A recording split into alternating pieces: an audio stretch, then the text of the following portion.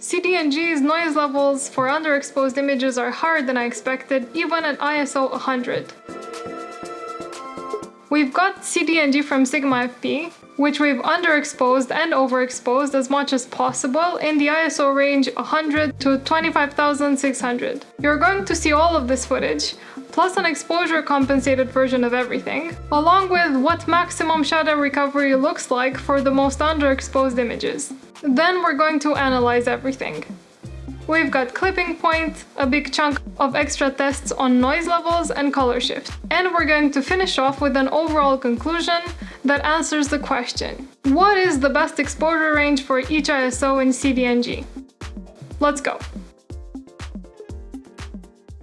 I'm Cosmina, welcome back to our channel, where we aim to show you high-quality, in-depth technical videos, camera reviews, and post-production tutorials.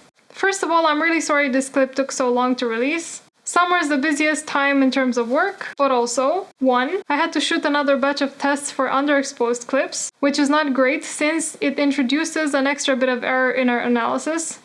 And 2. I read up on extra stuff concerning color space transforms in an attempt to make the CDNG look flatter, which wasn't relevant for BRAW. CDNG is such a mess. Let's start from the beginning though. This is the third video of how to correctly expose Sigma FP RAWs short series. In episode 1, I've explained in detail how all the clips, BRAW, CDNG, and ProRes RAW were recorded, as well as how they were imported and graded. I also explained how I calculated the clipping points, noise levels, and color shifts. So if you're extra nerdy and want to do your own camera tests, have a look at that. I highly recommend you run your own tests in a setting that's close to what you're going to be shooting in terms of lighting. In episode 2, we've looked at BRAW footage.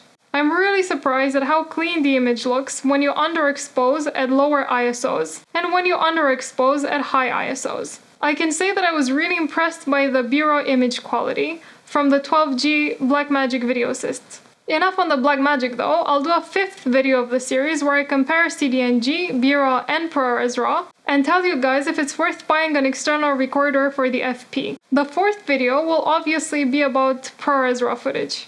Before anything else, I want to draw attention to a really important and annoying thing, which has to do with the YouTube upload. The YouTube compression of the clip creates these artifacts that one can mistake for noise. This is what these artifacts look like.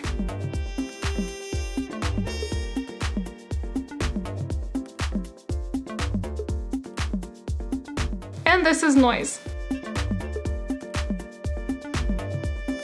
The artifacts look like shapes, almost like a tree trunk shape with concentrical circles, yeah? Whereas noise is granular in nature. The good news is that they're fairly easy to distinguish from one another.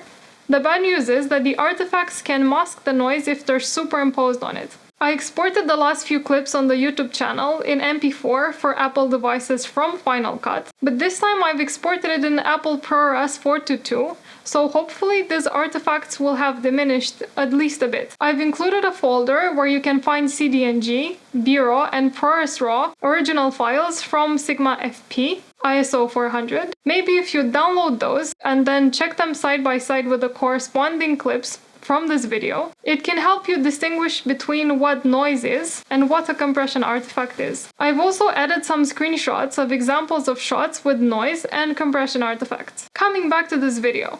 We've played around with 12-bit CDNG footage out of Sigma FP in order to determine what the good exposure range is for each ISO. Unfortunately, we recorded most of the clips before the firmware 4.0 update, which added false colors to the Sigma FP. So what you will see in the subsequent clips is the false colors effect from DaVinci Resolve. In terms of recording, if you use the camera's false colors, you can definitely have a much better idea of the good exposure range for each ISO in real time. I think that's most relevant for the clipping points, but perhaps not so useful for knowing acceptable noise levels or color shifts in underexposed clips. Let's talk a bit about what I'll show you. We'll look at clips recorded in the ISO range 100 to 25,600 in 1 f-stop increments. For each ISO, I've exposed the image in the range plus 6.5 EV, meaning 6.5 f-stops overexposed, to negative 2.0 EV, meaning 2.0 f-stops underexposed. My error is about plus or minus 0.5 EV. These exposure levels were measured on the left-hand side, the most lit part of the subject's face, with an exposure meter when I was shooting. Firstly, for each ISO, you'll see how the image looks in the camera metadata setting. This is useful since it's very close to what you will see on your camera's screen when you're recording. I've also included a false colors representation of the image, so you can see what exposure other parts of the image have, which weren't directly measured. Secondly, we have the same clips in BM film, so you can see how much leeway you actually have once you bring your clips in post, versus what you see on the FP screen. Thirdly, we'll look at the camera metadata and BM film side by side. Fourthly, I included graded images for each ISO. This consisted of exposure correction mostly, plus a bit of change in contrast and saturation to make the images look similar to the camera metadata ones. These are the constant settings I used from the camera raw menu, and as I was saying, I just changed the exposure value when it was needed. Fifthly, you'll see clips showing maximum shadow recovery, where I took the negative 2 EV images and bumped up the exposure level at plus 5 units from the camera raw menu. And we can also see examples of the same images with a 4x zoom before and after the exposure level bump to see the noise levels better. Sixthly, we have a quick run through of CDNG behavior at super low light for the same ISOs we had in the previous tests. I also tried the graded version of this batch, which consisted of increasing the exposure value, both from the camera raw menu and the color wheels. Let's recap. We've got 6 things to look forward to. 4 clips recorded in the ISO range 100 to 25,600, exposure levels plus 6.5 EV to negative 2 EV with respect to the subject's most lit part of the face. Camera metadata, BM film, camera metadata versus BM film side by side, graded, exposure adjusted, maximum shadow recovery, and noise levels for negative 2 EV, super low light. Last thing will be the analysis of these tests, namely clipping point, noise level, color shift. And we'll conclude with good exposure levels. For CDNG, I changed a couple of things compared to what I told you in the protocol video. I included 2 extra steps in the noise level section, which I didn't do for BRAW. I've included some noise reduced clips as well, so you guys can see up to which noise level the clip can look good if you use noise reduction. And B, since I was so disappointed by the amount of noise in CDNG, I decided to try some color space transforms to see if that would make my image look flatter than the BM film and hence hopefully less noisy.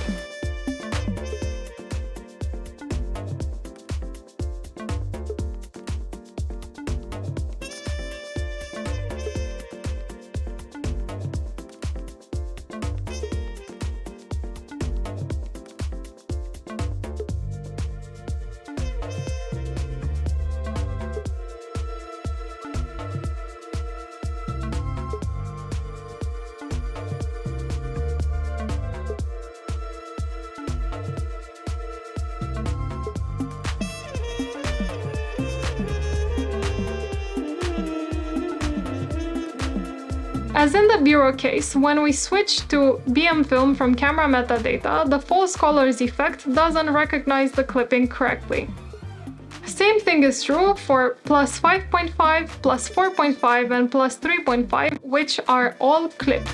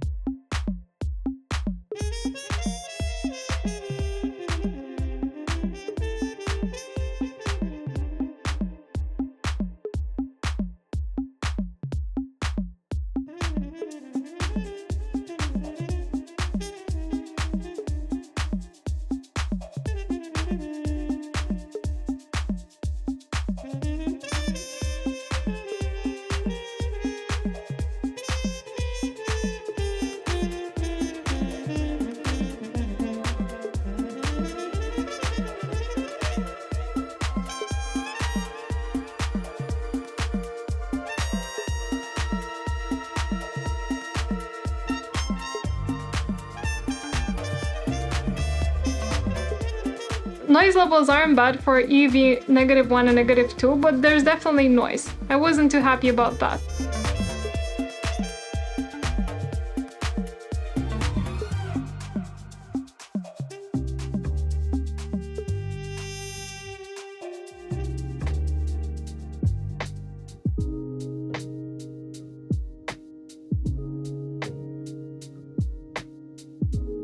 Starting with ISO 200, false colors correctly identifies clipping.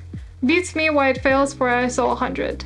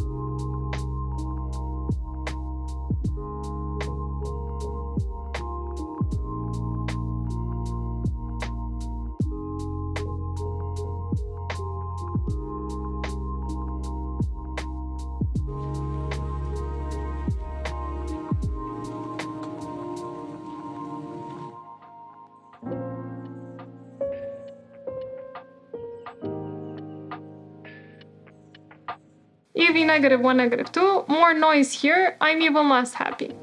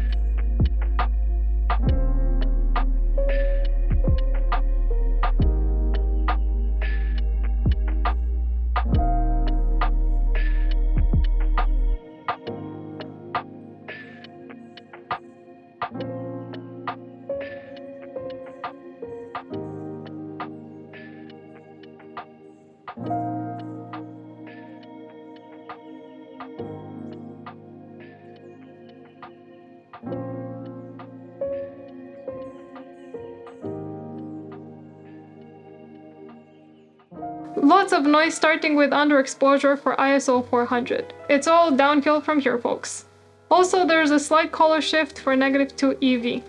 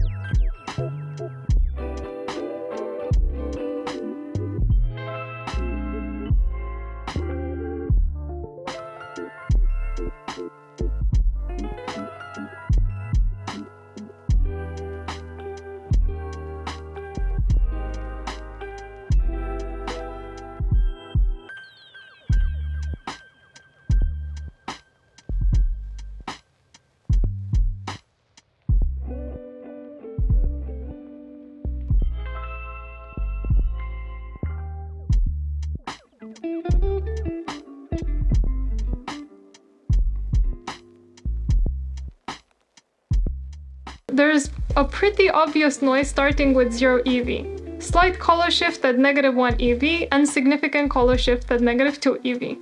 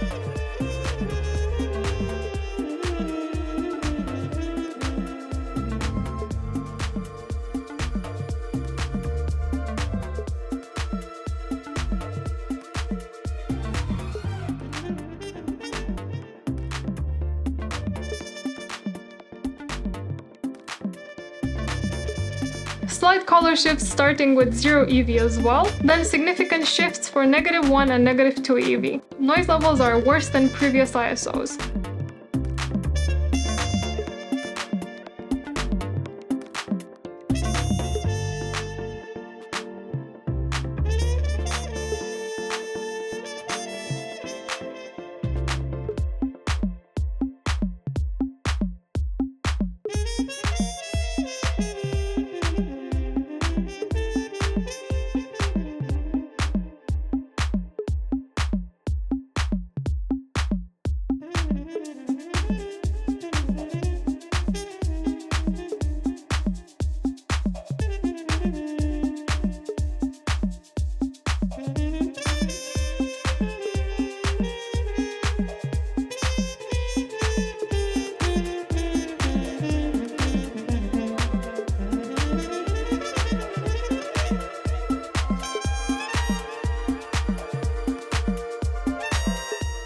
Starting with 6.5 EV here, you can see that the false colors has an error again. It does show correctly when you're looking at the camera metadata versus BM film side by side though.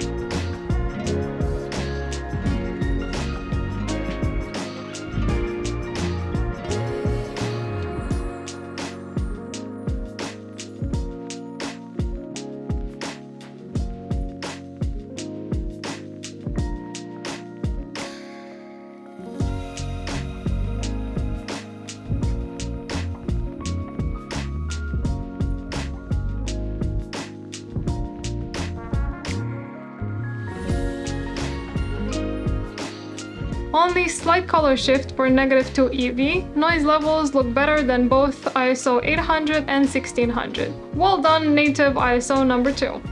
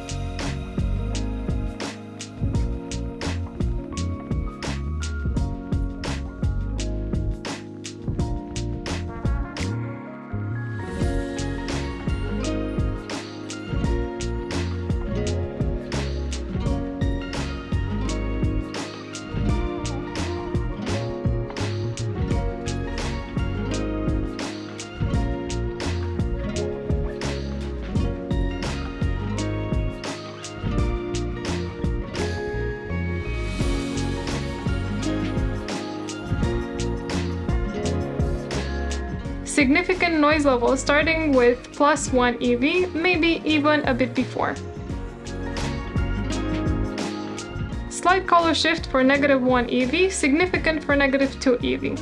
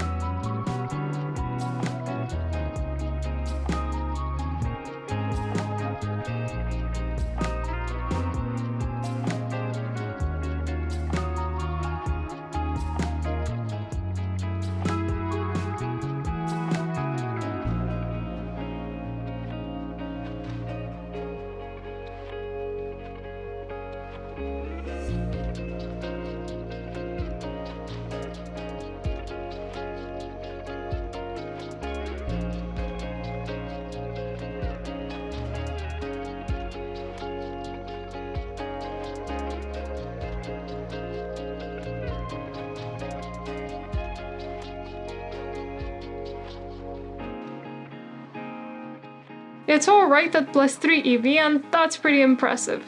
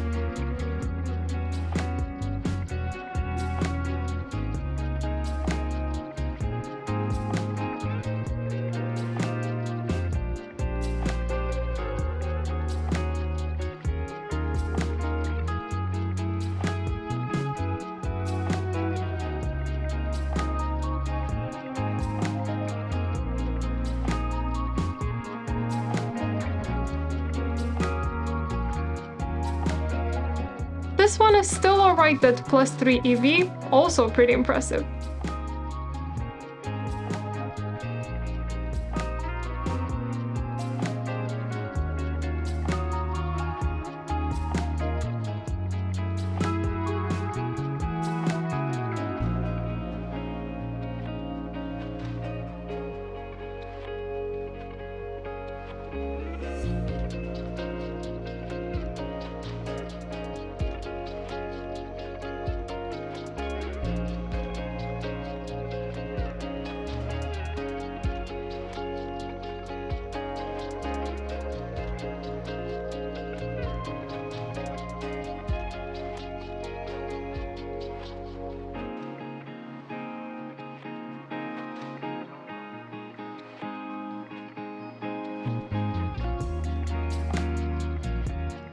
image looks clean at 3200 ISO. I think it's behaving really well for the amount of light that's given. I'm actually not bothered up to and including ISO 12800. I'd use this with some noise reduction.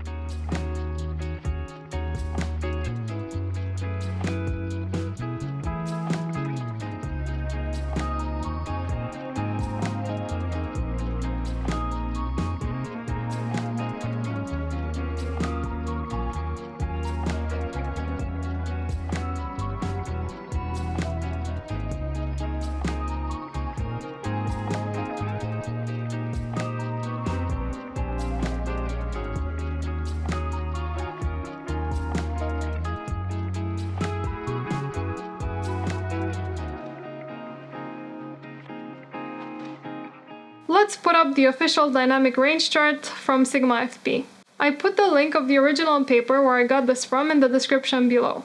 The gray areas show the headroom, and the orange areas show the legroom. If you want to know more about what these terms mean, check out the protocol video. In terms of the data we will discuss, headroom shows the clipping point and legroom shows the shadow recovery. But for the shadow recovery, as I said in the intro, we're interested to see how much you can recover without having a significant amount of noise.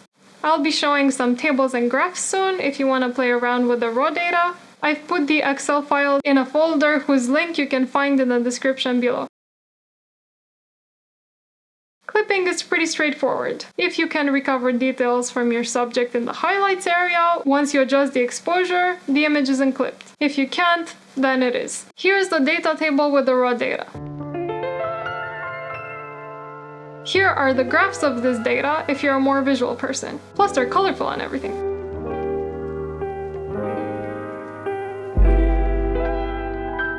Here's the dynamic range chart again, and here's the test results table. We can see that if we take my plus or minus 0.5 EV error into consideration, our results fall into the range given in the chart. I've included the super safe exposure levels column, because in some of the clips, some of the details could be recovered from the desired area, which is the face, but not all. This is an important aspect when you're stretching your camera limits to the max and the highest exposure level of the image is on your subject's face. Depending on the angle and nature of the light that's illuminating them, and depending on the geometry of the face itself, you can end up with a significant difference of exposure on different areas of the face. So you should make sure that there isn't any chance of clipping at the ISO you've decided to shoot at. My favorite bit, the noise level. As I was saying in the intro, I've changed the noise level measurement protocol a bit compared to what I said in the protocol video. Namely, I measured the wall exposure both on the left-hand side of the light switch and the right-hand side for some exposure levels. I've selected several exposure levels and measured the wall exposures for the left-hand side and the right-hand side in such a way in which I could get numbers for exposure levels in the range negative 4.5 to plus 4.0 EV. Here's our raw data table. The cells which have higher noise levels than I thought to be decent are highlighted in red. I'm really disappointed in these levels, starting with ISO 100. By comparison, the BRAW ISO 100 at negative 3.5 EV had a noise level of 0.8. But let's not be mean and compare BRAW to CDNG in this video. This is CDNG's time in the spotlight. Here's a graph that contains the data in the table. If we look at the green segment, which corresponds to ISO 3200, we can see that the trend in underexposure is better than for ISO 800, namely for the last three EV levels. Looking at the test clips, for me, I would consider the noise level smaller or equal to 4.2 to be right off the bat. I think this is important for commercials project especially, where you want to keep your image sharp and crisp. Hence, you don't want to resort to using noise reduction. Here's some examples of images with noise levels in the acceptable range and what the noise looks like when you zoom in.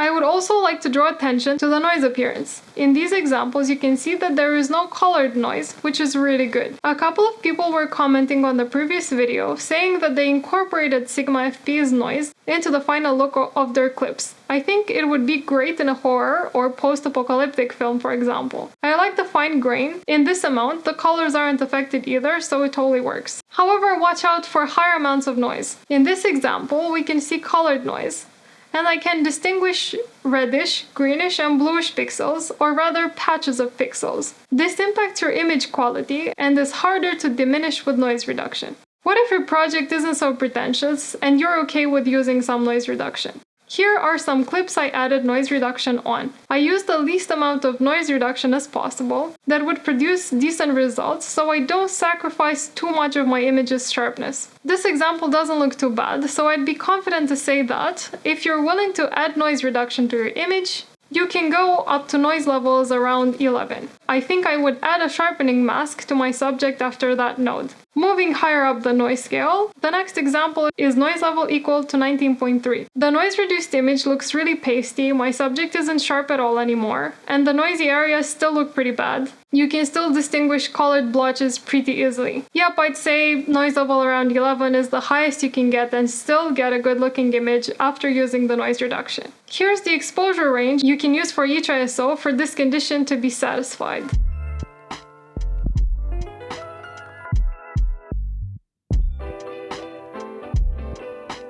This means that you can shoot in the range 4.0 EV to negative 1.5 EV with any ISO. To be noted here is that for this to be the case, the least exposed part in your image needs to be negative 1.5 EV, not just the face. If not, you're going to have serious noise levels that require more noise reduction. For ISO 100 and 200, you can go down to negative 4.5 EV. For ISO 400, down to negative 0.3 EV. For 800 to 3200, down to negative 2.5 EV, and for 1600 to 25,600, down to negative 1.5 EV. As I mentioned in the intro, I really didn't like the noise level from CDNG. I've said this like 3 times now, sorry. So I've looked at a couple of color space transforms to try to make my image look flatter in the hope that this would also mean less noisy. There are a lot of options out there. I started by trying almost indiscriminately pressing some options from the color space transform effect. Not very scientific, I know. In the end, I settled for 2 options that were tested by Andrew, who commented on the How to Color Correct Color Shifted Sigma FP BRAW clips video a few weeks ago. Mainly because he seems to know what he's talking about and to have done more research than I have on the subject. Also, his recipes produce some of the best looks from the stuff that I tried. You can go to the description below and see the whole recipe with all the steps included. This is what they look like compared to the original BM film graded clips. The DaVinci Wide Gamut one is less saturated but a bit more contrasty, while the Arri Alexa one is more flat altogether, meaning less contrast and a bit less saturated. This one looks very promising. When calculating the noise levels, apart from the color space transform, I also tweaked a few settings in the camera raw menu, as well as in the color wheels menu, for my image to look as close as possible in terms of exposure and contrast to my original BM film graded one. And now let's see the noise levels. DaVinci Wide Gamut wins with a noise level of 3.0 and Arri Alexa is the worst with a score of 3.4. I do like the Alexa color best though. I would definitely consider this workflow for grading cinematic footage. I also tried the ACES workflow described in a Netflix video, link in the description below. In short, you go to File, Project Settings, and select the following for color management. This should already give you a very good starting point for your grading, but for Sigma FP CDNG, that doesn't look good at all. I was curious to see what happens if you leave your project settings on your standard settings, and then go to the camera raw menu, select BM Design with Blackmagic Design Film, add a new node, and add ACES Transform. I've set the BM Design Film again as my input transform, and ACES CCT as my output transform. The noise level is now 1.5 compared to the 3.3 from our original BM clip. I'll be honest, I really thought I hit the jackpot with this color space transform. So I went back to my original BM film graded clips and took the ISO 1600 to run the same test.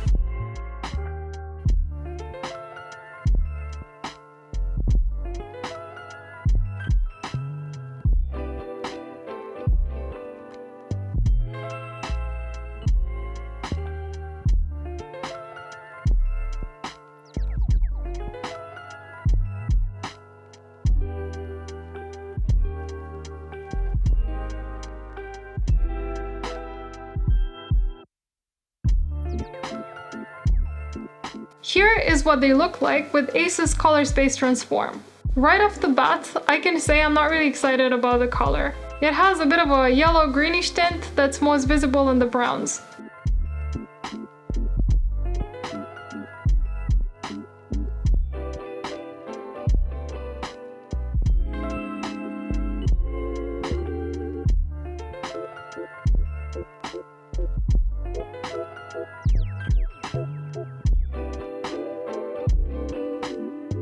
Here they are side by side with the original BM film ones. What is interesting and useful in terms of noise reduction is that the ACE's images definitely look flatter than the originals, and flatter than the previous two color transforms.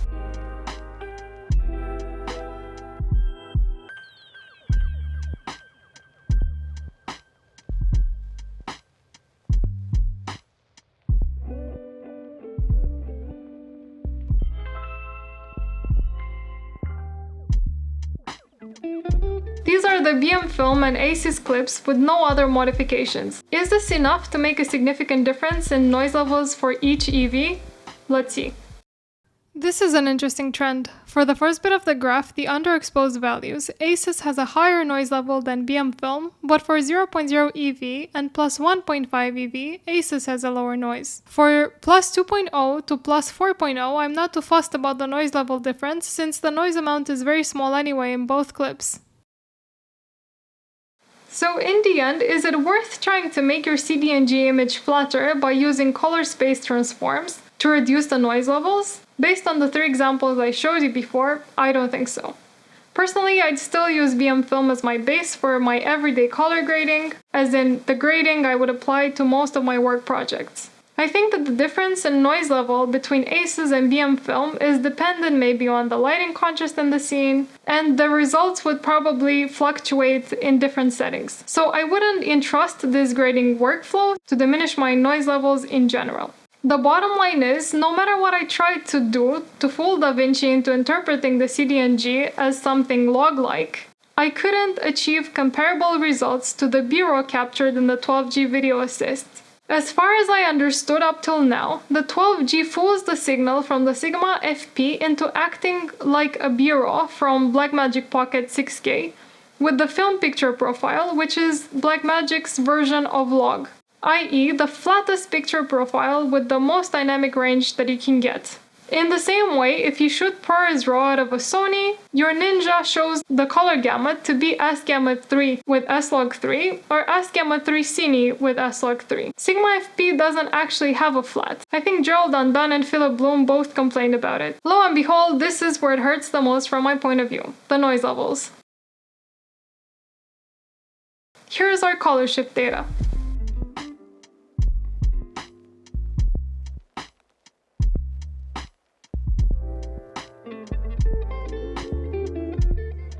Here's some examples of no color shift, slight color shift, and significant color shift.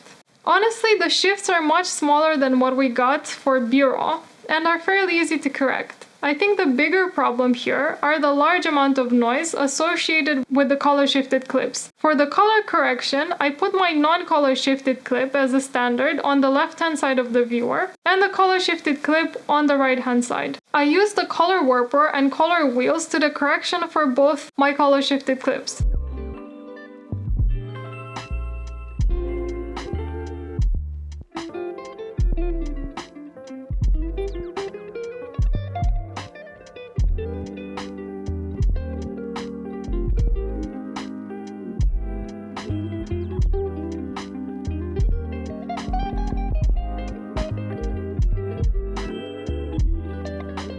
I'm not going to take the color shifts into consideration when deciding what the best exposure ranges are, since I think the 2 significant factors in this conclusion are just the clipping and the noise levels.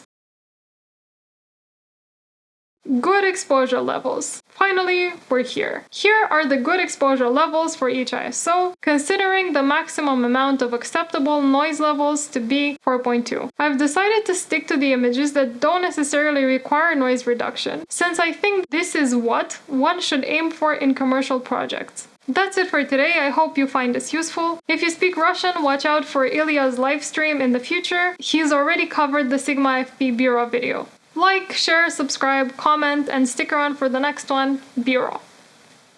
Sorry, for the next one, ProRes RAW.